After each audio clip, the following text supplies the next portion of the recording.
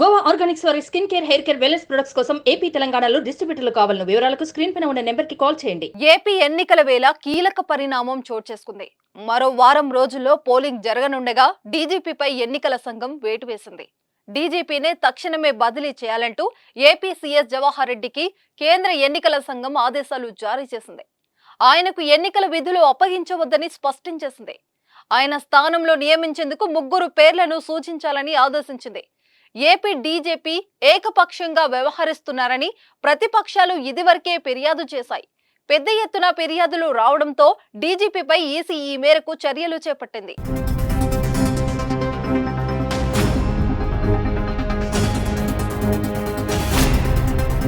AP డీజీపీగా Rajendranath Reddy బాధ్యతలు చేపట్టినప్పటి నుంచి ఒక పార్టీకి మద్దతుగా నిలిచారని విమర్శలు ఉన్నాయి.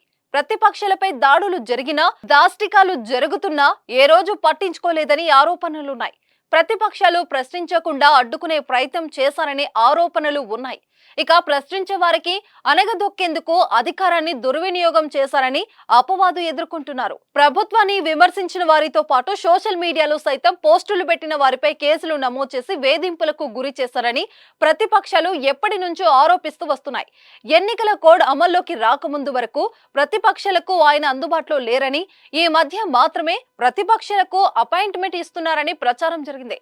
తాజాగా ఈసీ బదిలీ వేటు వేయడంతో సర్వత్రా ఉత్కంఠ నెలకొంది.